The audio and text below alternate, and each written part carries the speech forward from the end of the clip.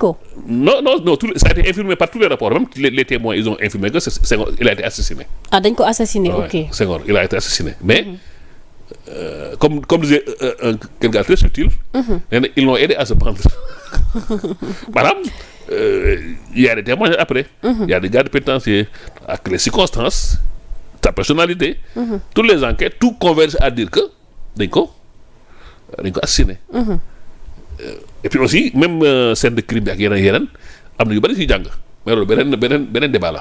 loolu aussi depuis loolu pare yaa ngi naan ñu ubbi procès pourquoi amul ñu ubbi procès soo xoolee tey. révision des procès révision d'un procès théoriquement ñëpp mën nañu ko def théoriquement laa wax. mais un citoyen ordinaire normal c'est très difficile pour yow nga def ko question de moyens question de ak fu jaar yi ak trop yi. donc n'importe quel citoyen mënul jóg ne ubbi procès. beneen bi mooy y a que la cour suprême nga ko mun a jaaree fii lu muy nirool révision de procès yow nga àtte ba teg ma ñëwaat ne la nangul ne da ngaa juum xam nga dafa métti. nangul ne damaa juum parce que àtte mooy àttewaat. nangul ne damaa juum. xam nga loolu mooy affaire rabat d'arrêt bi. c'est-à-dire mooy yaa àtte pare ñu le noonu li nga àtte yow nangul ne baaxul damaa juum xam nga loolu neexul aussi. surtout fii on connaît période boobu moo tax xam nga chaque fait mënoo ko génne ci contexte am et tout le monde sait que tant que contexte Mame Mbaye Niang c'est plein de manipulation parce que la preuve ce n'est pas Mbaye Niang qui a fait demande de l'appel c'est le parquet. pour ñu coupler peine yi ba Sonko du mu nekk président donc magistrature boobu c'est une magistrature à l'époque même il y a beaucoup de magistrats qui sont sujets à suspicion. parce que ni affaire yi demee am na lu bari ñaaw na xel donc c'est un contexte assez particulier léegi buntu bi Sonko ubbi. c'est pour ça mooy et puis loolu aussi mun a dem dans le sens des réformes de la justice. xam soo de xool di ko mel ni ay Royaume-Uni wala Norvège. dafa am lu ñuy wax des commissions de révision de procès. c'est-à-dire dañuy créer benn commission boo xam ne bokkul ci exécutif bi. bokkul ci tribunaux yi dañuy fal ay nit ñu indépendant. maanaam ñooñu loolu uniquement mooy seen rôle maanaam réviser procès yi ñu indépendant. lan mooy intérêt bi. intérêt bi mooy benn mooy n'importe qui. quel citoyen di nga leen mun saisir facilement sans problème. ñaareel bi mooy ñoom dañ lay jox kantanu enquête. ñett ils auront droit au dossier judiciaire. dañ koy am. 4 bu ñu paree seen càmbal mun nañu proposer wala imposer la révision du procès. intérêt bi mooy organe boo xam ne bokkul ci exécutif. bokkul ci kii bi tribunal. la mooy intérêt bi aussi mooy loolu dina renforcer état de droit dina tax citoyen bi nga xam ne moom amul doole dina génne équité bi inéquité bi. parce que ñaan fii bu amul doole kenn lu déglu sax bay ànd na ay maa ngi def révision procès. soo xoolee ñi quand on parle de révision. c'est souvent de grands noms Oumar Blondin Diop. Mamadou Dia am na peut-être benn Sambou Diop benn Fatou Koumba ñu ngi fi mais kenn soppal léegi nag bu doon amoon na genre de commission yooyu. moo la gis nga débat. da koy fu mu yeggul au sens où da ngay def prolongement de courbe. li mu wax révision de procès. tu mets ça au-delà de l'affaire Mame Mbaye Niang da koy suivre dans le contexte. de renforcement état de droit. d'accord renforcement de la justice foofu nga koy inscrire. foofu nga koy classé. d'accord père alors gis comme ni ma ko waxee sànq le président Bassirou Diomaye Diakhar Faye dafa war a dem ci. États-Unis donc bon bu ma nee États-Unis sûrement am na lu jotoon a xew muy affaire problème visa wu Lions yi la réponse du premier ministre tey am na ñu ne président Diomaye ñii ne ñenn boog nee nañ dafa war a décliner poliment. ñii ne noonu na dem déglu ko donc ku ci nekk am nga ci ay version mais tey la rencontre Bassirou Diomaye Diakhar Faye ak Trump est-ce que jàpp nga ni peut-être mun na raffermir les liens entre les États-Unis et le Sénégal. kan moo jël invitation bi est-ce que Diomaye moo ne Trump invité ma. non. Trump moo invité. waaw. lan la ñuy wax ci wolof nit soo ko woowee. dafa la war a wuy. soo ko waxul jox ko. waaw soo ko waxul jox ko waaw loolu Olof Njaay wax. waaw xam nga aussi diplomatie.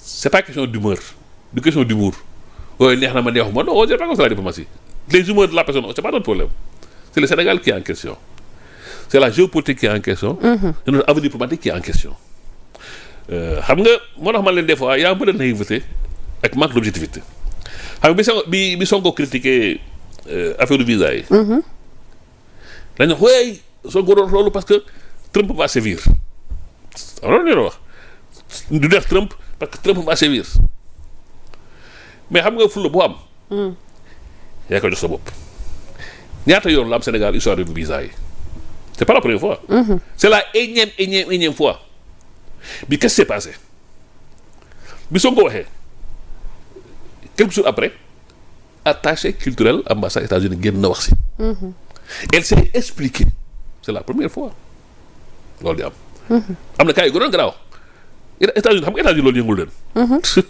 yëngul leen mais c'est-à-dire que loolu hasard ou coïncidence pour la première fois Sonko a tapé sur la table quelques jours après femme bi pour la première fois nga dégg ko mu génn d'expliquer même les critères voilà comment ça se passe xam nga loolu à peine voilé genre jéggalu la non bu ko jàppee nii parce que on a suñu règle c'est genre calmer la situation donc ça veut dire que am na lu mu peese te nit ñi bu noonu loolu la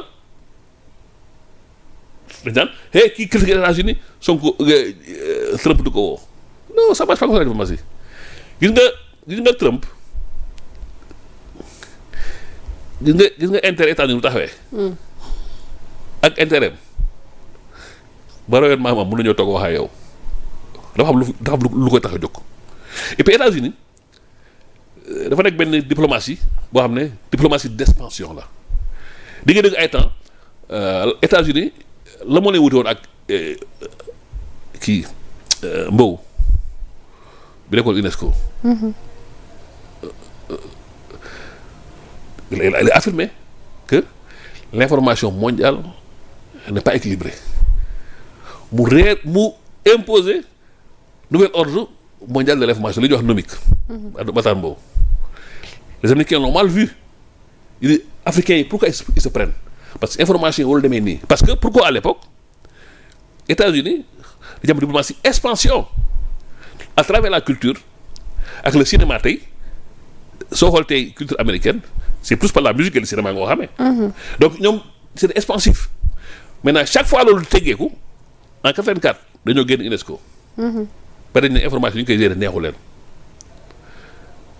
en 2003 ñu génnaat encore UNESCO bi ñu génnee 80 bi ñu génnee ñëwaat nañu bi ñu génnee 84 ñëwaat nañu 2003 parce que chaque fois ñoom lii moo leen ñooy diriger maanaam buñ lu leen arrangé wu lu ñu def dañ ko dafa leen neex et puis ñoom ñooy dicter le tempo parce que UNESCO 2003 lañ jël soit parce que bi la ba la passe dañ ne ni ngi traité Israël neexu leen ñu génn ils sont revenus en 2003 donc c'est-à-dire que il faut nga xam États-Unis ni ñuy doxee Trump ku mel Trump aussi am beneen particularité xam nga Trump moom il n'est pas dans la diplomatie classique wax bu ne léegi saaga defu ko dara c'est pas son problème moom daa mel ngi jël benn ñey rek def ko si benn magasin de porcelaine day rek dem yoonam mais xam ne li mu bëggoo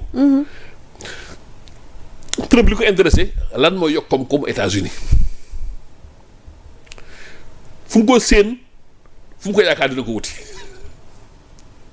te soo xoolee sommet bi c'est pas un sommet panafricain sommet restreint là 5 à 6 pays et tu penses que les 5 à 6 pays là il les a choisis au hasard wala dafa yeew rek plouf ne bon Sénégal génn na ploufaat ne Guinée-Bissau génn na non daf ko calculer et puis il a bien fixé l'agenda c'est économique ak lan c'est géopolitique wax na la agenda bi ko tax a jóg donc c'est clair c'est net fi ñu jëm donc le fait que mu yóbbu Diomaye ñu invité ko parce que pourquoi warul dem parce que on a refusé les visas ça c'est enfantin quand même ça c'est épiphénomène la si épiphénomène la d'accord refus de visa épiphénomène la si diplomatie aussi c'est des heures c'est des conflits d'intérêts mais le problème mooy ku nekk su waree na nga dëggal sa bopp ce que Sonko a fait on a vu comme j'ai dit premier résultat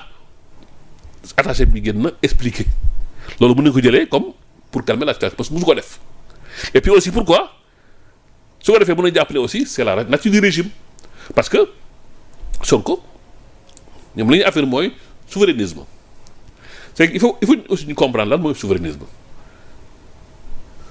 du man maa fi nekk faaluma kenn parce que le monde là États-Unis li ñu bari doole ils ont besoin des autres ti boo nee souverain du faaluma kenn li souverain mooy naa wax ak ñëpp mais sama intérêt mooy jiitu te sama intérêt kenn du ma ko dicté loolu mooy souverainisme mais tey même soo xoolee souverainisme Sénégal c'est le franc CFA le franc CFA c'est la France donc on peut dire qu'on n'est pas souverain le Sénégal bokk na CEDEAO CEDEAO da jël ay décisions il y a la cause de la CEDEAO donc il y a pas souverainisme donc même souverainisme da am looy bàyyi mais bàyyi bi dana sa coobare te kenn du la imposer te booy choisir sa intérêt nga jiital s'il le faut nga taper sur la table wax ne man dama bëgg comme li Sonko def samay citoyens je veux qu'on les respecte et qu'on les traite d'égale dignité l'américain bu ñëw Sénégal le français il prend son sac à dos il débarque